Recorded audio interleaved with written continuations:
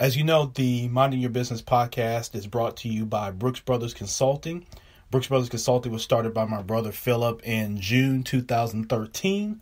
We are an organizational development firm that helps small businesses and community banks develop their leaders, strategic business planning, business development support, and social engineering analysis for digital security.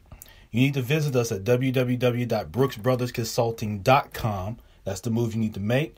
www.brooksbrothersconsulting.com and put us to work for you. The podcast is brought by the Binge Podcast Network. As always, my good friend and colleague Dominic Lawson of Owls LLC and the Startup Life Podcast and I started the network with the podcaster experience in mind. If you're an aspiring podcaster or an existing podcaster, we can help you connect with and grow your listening audience, help you show structure, and much more. So you need to go to www.onabinge.com. That's onabinge.com, or you can email us at info@onabinge.com. Episode number 81. It's cold outside, but the sun is shining, baby. Let's do it. What we do here is go back.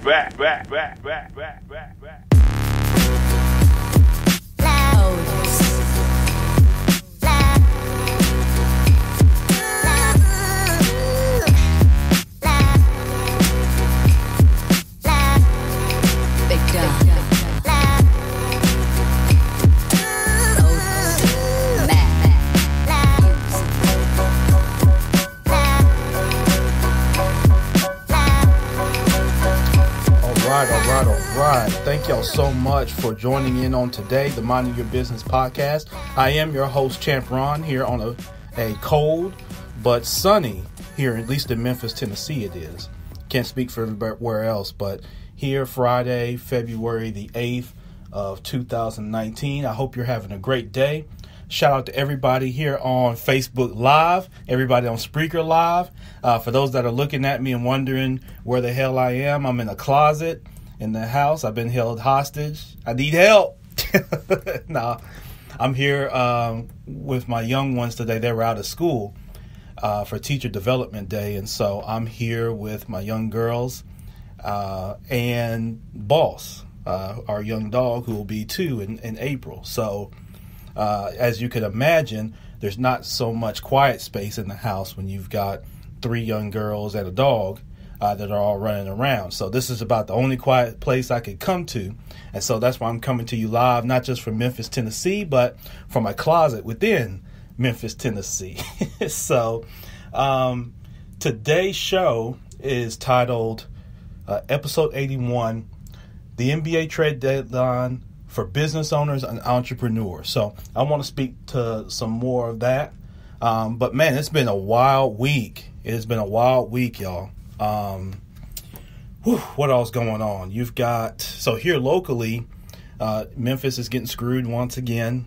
This time it's by Electrolux, a company that a couple years came under some different programs and incentives and things like that the city of Memphis offered, as well as Shelby County.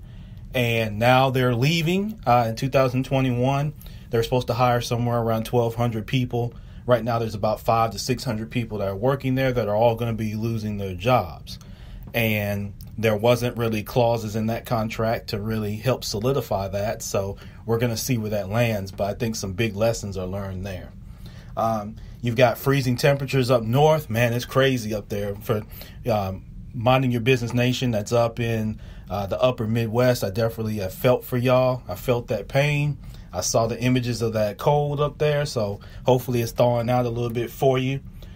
Jeff Bezos with Amazon. So he's divorcing his wife. That came out some weeks ago, and now he's got another issue on his hands with the National Enquirer and President Donald Trump on his back from some pictures and things like that. So it just goes to show you that you can be the richest man in the world and you still might have trouble going to sleep because you still got to deal with everyday life. So you could imagine being Jeff Bezos right now and having to fight National Enquirer media and things like that. So we'll see what that goes to. baseball legend Frank Robinson passed away this week, so shout out to his family. Definitely condolences in that life transition of Frank Robinson, one of the first, actually the first black manager in Major League Baseball. And again, definitely a great player and a great person, great human being. Transitioned on this week. You had France looking to give reparations to Holocaust victims. So some big money was being tossed around. That article came out this week. So definitely something for you to check out. On the merger tip, haven't seen many of the larger regional banks merge in a while, but SunTrust and BB&T announced a $66 billion merger. Mostly stock options and things like that. So we'll see what happens with that. Spotify and Anchor, I think, are set to unite. They announced a collaboration on this week. The CFPB is looking to roll back regulations on payday lenders. So everything that the previous presidential regime did now is being reversed. So that's always interesting. Yet Super Bowl 53 from this past Sunday, or some deem Super Bowl 53. That saw the Patriots, New England Patriots, and the Los Angeles Rams play. The game ended 10-3, with the New England Patriots winning yet another Super Bowl championship. And then you had the NBA trade deadline that hit yesterday as of 3 p.m. Eastern, 2 p.m. Central time, and that was for professional basketball teams. And the National Basketball Association had that deadline to make whatever trades they want to make during the mid-season. And that leads us right to what our topic is going to be today. But first, I want to get right into Ron's Rundown. And in Ron's Rundown, I want to go through real quick for you the Chandler reports that come out. You know, the Chandler Pulse Reports Real Estate that comes out monthly. You can subscribe to it. It's free. And with that, you can check out the real estate numbers for your market. So we're going to do that here now on Ron's Rundown. All right.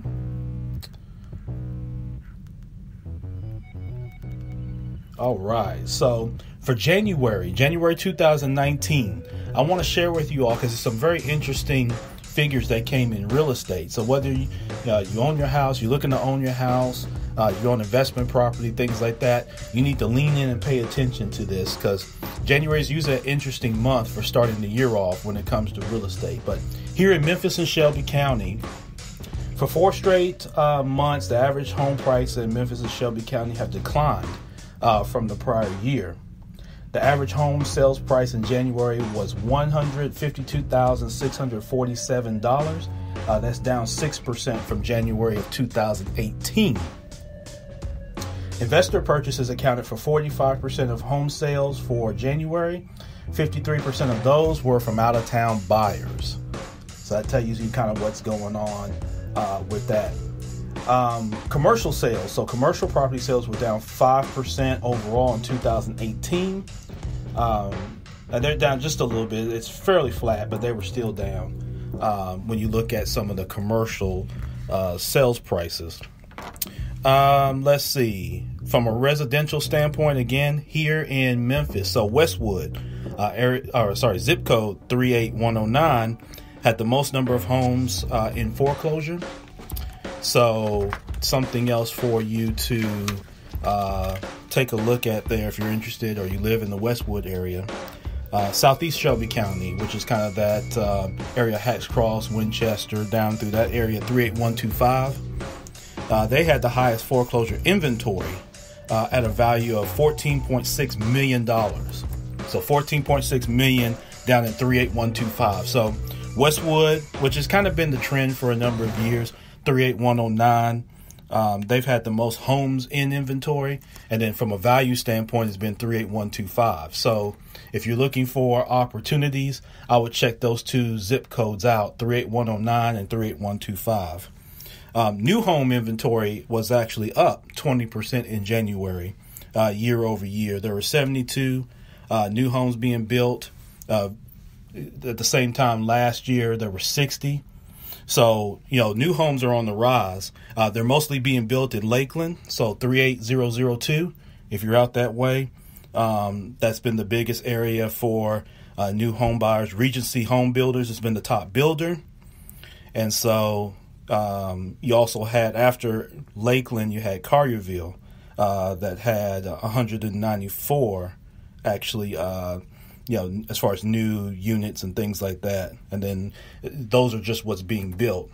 But then the sales there were up about 20%. So what you've seen in the trend as far as real estate around here is you still have investors, particularly out-of-town investors, that are buying up about half of what investor sales are here in the city. So that's still trending.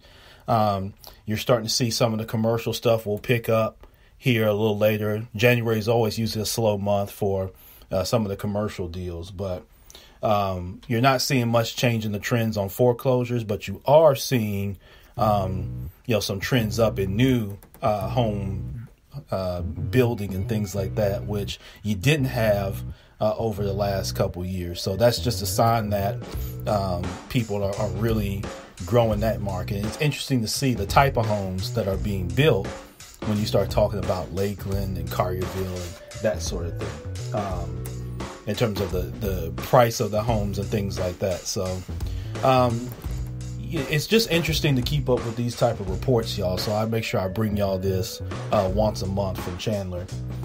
From a mortgage standpoint, so some of the mortgage trends that go along with this, mortgage filings were down 5% in January. So again, that's pretty somewhat typical. I mean, first of the year is not a big sales month, but the average mortgage amount was $176,538. Cordova had the most, residential loans that were being recorded. That's in 38106, zip code of Cordova. Some of the top lenders from January were Community Mortgage Corporation, did 47 loans. Bancorp South did 40 loans. And Pinnacle Bank did 28 loans. And then you had private lenders who accounted for actually a lower percentage in January than they had in the past. But the average loan they did was $99,662. If you're interested in Fayette County and Tipton County, home sales were up in Fayette County 36% in January. So you've got growth out there. But then Tipton County, home sales were down 44%. So that just kind of tells you some of the trends that are going on, again, around the market here in Memphis and Shelby County. So again, that's the Chandler report, Pulse report. You can subscribe to it. It'll come right to your inbox.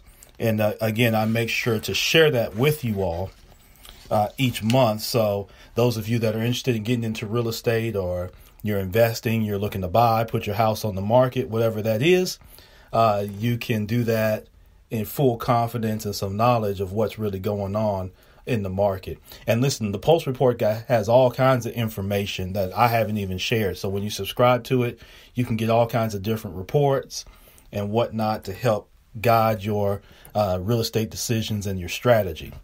Philip Ashley Ricks, what's going on, man? I've seen the new location. I'm excited for that. Philip Ashley Ricks Chocolates. Definitely looking for that. Jessica Wright, speaking of real estate professional, someone you should reach out to for your real estate needs is one Jessica Wright. You should do that. Scott Kinney and I, just as a quick little segue before we get into today's topic. So Scott Kinney and I, I've mentioned Scott. Scott is a faithful listener of the podcast, and we appreciate him and all he does in the community to help individuals and families be able to save money and find multiple streams of income. And he and I are hosting a Agents of Exchange Multiple Streams of Income workshop on tomorrow, Saturday, February the 9th at 3:30. That's at High Point Church, which is 6000 Briarcrest, inside the Hub Coffee House. And so he and I are hosting that tomorrow. We've got a full house. It only took us probably just a few days to sell that out, which is phenomenal. So shout out to Scott and everybody that's helping with that effort. But it's just a community effort for those that are interested in what multiple streams of income looks like, what that is, how it's defined, how they can define it for them, and then what are some opportunities or some ideas on some things that you can do. As you guys know, whatever your primary income is, if you just rely solely on that, many people found out through the government shutdown, and many people have found out through the years that it's risky to do that. It's risky to just rely on W-2 income from your job or from this source or for that source. You need what's called multiple streams of income, as well as you got to look at how you're managing your debt and how you're managing how you spend your money.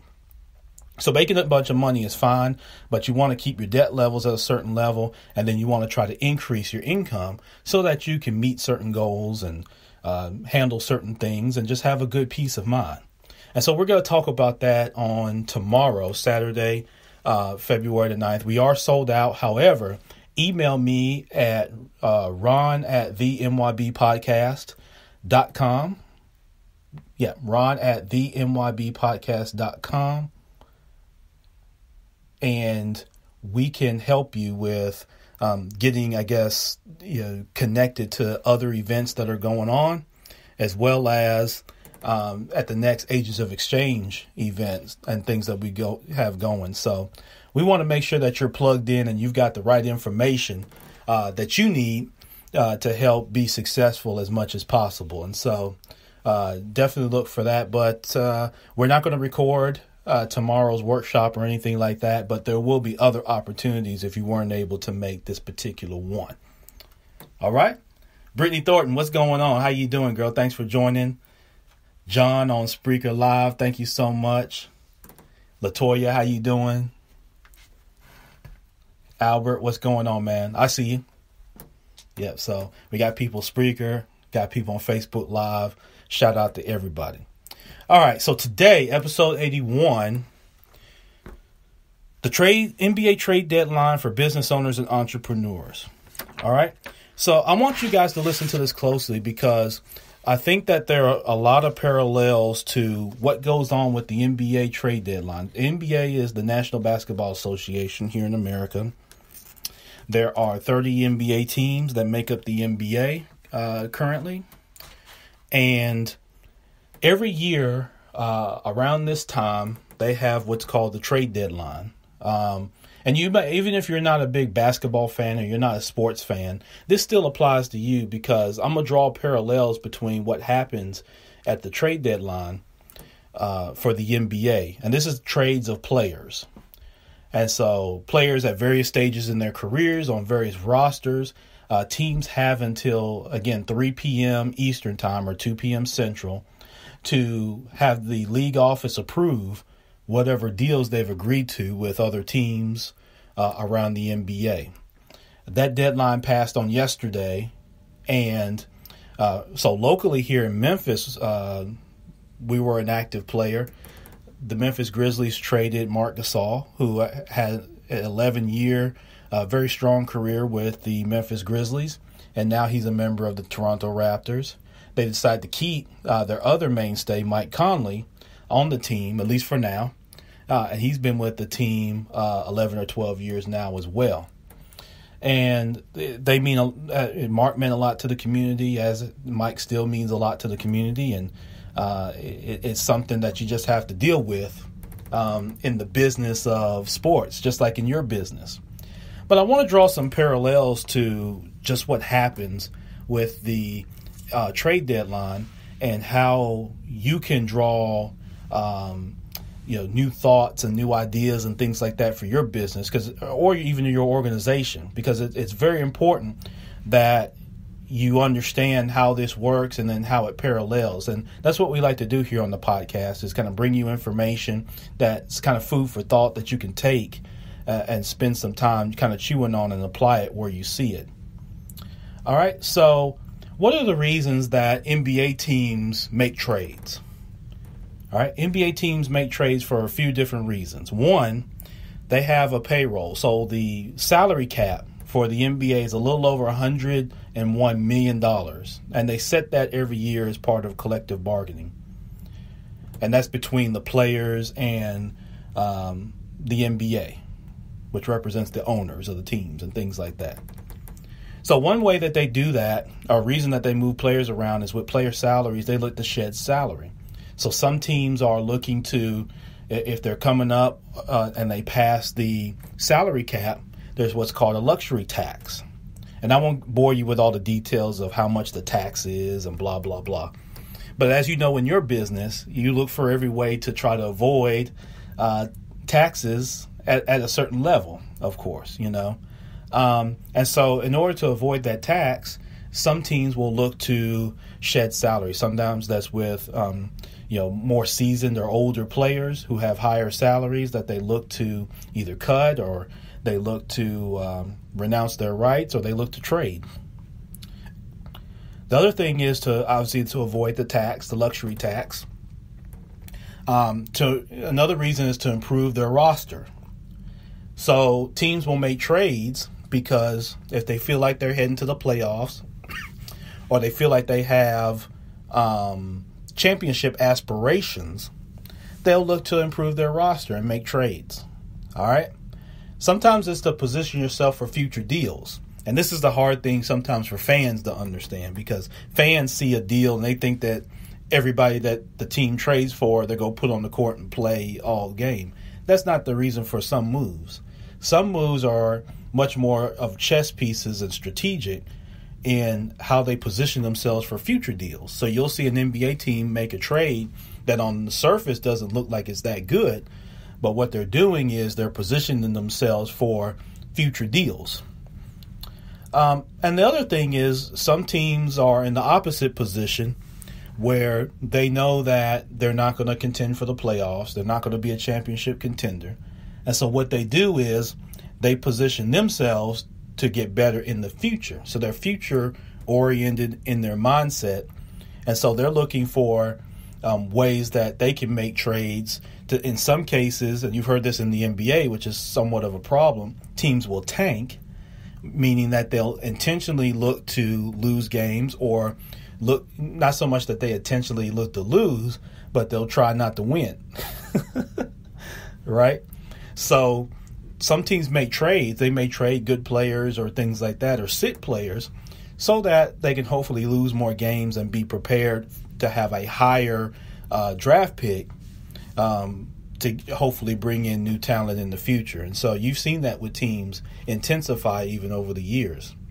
So those are some of the reasons that trades are made. Now, doesn't that sound eerily familiar with the thought process in business? In business, right, as a business owner, as an entrepreneur, there are times that come where you're going to have to shed expenses, right? You set new budgets and things like that. You got to shed expenses. There's a number of ways that you do that, right?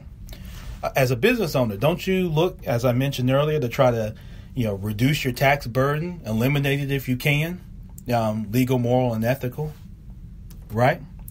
Don't you want to improve your roster, your team? Sometimes you want to upgrade the talent in a department or different areas of your business, even if it's just yourself and you're a solopreneur, right? These things still apply, because you want to, if any talent that you want to increase is yours, right? So you want to increase your talent, and then you also want to increase the talent of those that are around you. Position yourself for future deals. Again, as a business owner, don't you want to position yourself for future opportunities? And sometimes that means adding on to something or taking away from something, or both, depending on what that area is.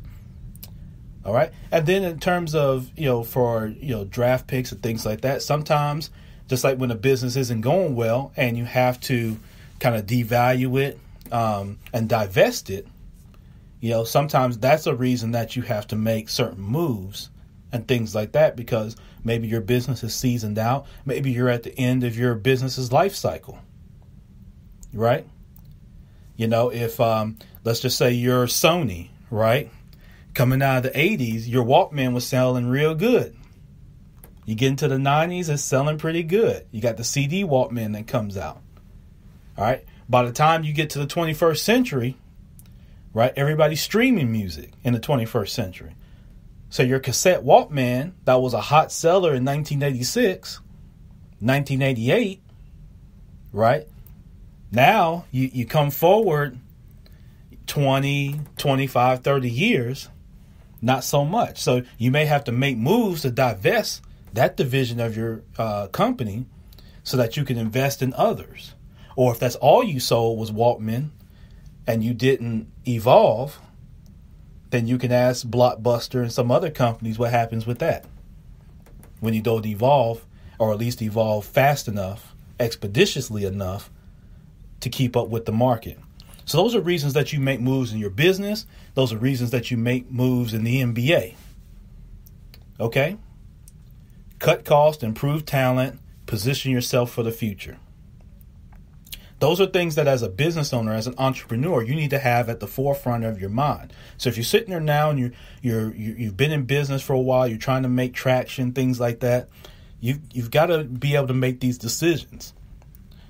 Tough decisions have to be made in business. Just like with the NBA, they had to make tough decisions. I told you the Grizzlies had to let go of a guy that had been with the organization, had grew up in the city with his brother Pau Gasol, and they had to let him go. Why? It was business. Now, you have to be able to make business decisions and tough decisions like that, MYB, even when you have fandom involved, or even when there's sentimental value. That's when it's tough. That employee that you really like, that business partner that you really like, you enjoy their company. You may vibe well on certain sides of the business, but now either that comes to an end or things evolve and change, and now you have to make adjustments. That happens. And the same thing happens in the NBA. For some teams, they can just wheel and deal. There's no sentimental value. There's no fandom. There's none of that tied into it. It's just when it's time, and they line up the dollars. For others, there's fandom and sentimental value that comes into play that can sometimes be involved in the decision-making process. Some companies struggle with that, and it can help their business in some cases by having that sentimental value, and they can look at things holistically. In other side of their business, it hurts and has an impact. Why?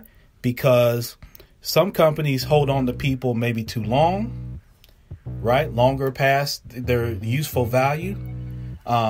Some companies won't make that tough decision, and they won't make the tough decision because they've got fandom. They're fans of people. Hey, I like these people. This is my guy. This is my girl. I brought them in. To do this. And, I know this about them and they know that about me. And, we're cool outside of the office and that sort of thing. So it makes a difference. But just like an NBA executive has to make sometimes tough decisions that aren't popular. Memphis will tell you trading Marc Gasol was not popular with everybody. Other trades that took place yesterday were not popular. Tobias Harris going from the Clippers to the Philadelphia 76ers. And like I say, people were kind of moving all around the last 2 days. That's not popular because it's hard on people. Yeah, think about it. When an NBA player is traded, people think they make so much money and all this kind of thing, but they still have, like I talked about with Jeff Bezos, being the richest man in the world don't exclude you from issues and setbacks and problems.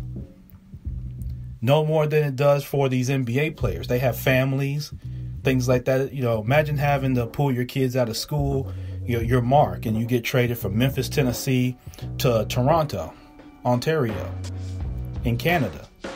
So now you've got to up and you've got to move up there. You got to find housing. You got to get your kids in schools. You got to get integrated with the culture there. That's not easy to do, especially when you just got to pick up and do it. A lot of us plan our moves. We say, okay, next year I'm going to move here, or later this year. And then we start, building up the steps to do it.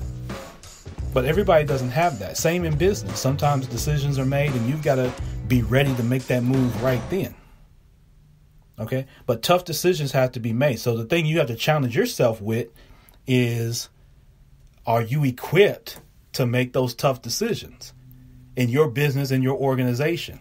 Even when they're not popular, even when everybody can't understand the vision at the time you make the decision, or they refuse to accept the vision because of their sentimental value in their fandom, right?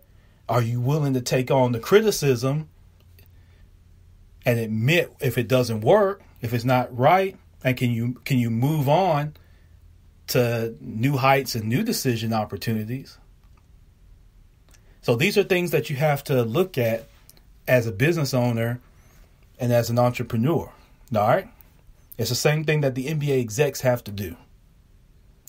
One of the critical things in business and across any company business, was the NBA, no matter what business that you're in, is your ability to assess talent.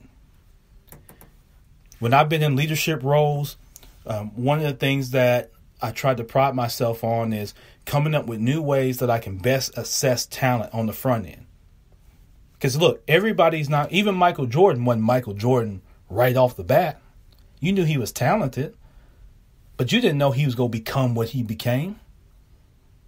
Right? Somebody has to assess that talent. Somebody has to groom that talent. Somebody has to cultivate that and develop it. Right? So in your business, just like some NBA teams are really good at assessing talent and then cultivating and developing talent. The San Antonio Spurs are a great example of that. They've done a great job over the last couple decades of finding and assessing talent, getting it in, and having the right people to help develop and nurture that talent for success on and off the court. And there are other teams that are examples of that too. And then there are teams that are examples of they don't do a great job of assessing talent, and they don't do a great job of cultivating and developing talent. Same with companies. Chick-fil-A is known for their customer service. They win all kinds of awards. They're kind of known as the customer service standard, particularly in the service industry and food and beverage. Well, why is that? It's because leadership values development. They value people development and assessing the right kind of talent that works in their restaurants. And then there's an accountability to this standard that they set. And they don't waver on that. You know, it's Chick-fil-A, as much as people beg Chick-fil-A to open up on Sunday, they don't do it. Right? Because they have their principle. This is how we operate. They could probably go, if they opened up one Sunday, it would be such a big news story, and they would have people lined up and down the street trying to get into Chick-fil-A on a Sunday because they're not open on Sundays. That's leadership's choice. That's leadership taking that stance. And they not wavering on it. Right? So how are you in your company? Do you have those type of standards? And can you assess talent and bring it on and cultivate it? That's going to be the key to your business today and your business tomorrow. And guess what? I know some that may be listening to this and they think, well, it's just me, or it's just me and one other person. It starts with you. It starts with you. So when you say assessing talent, that starts with you first. No matter whether it's just you or you got 1,000 employees, it starts with you. So are you assessing your talent? Because that's critical to the future of your business.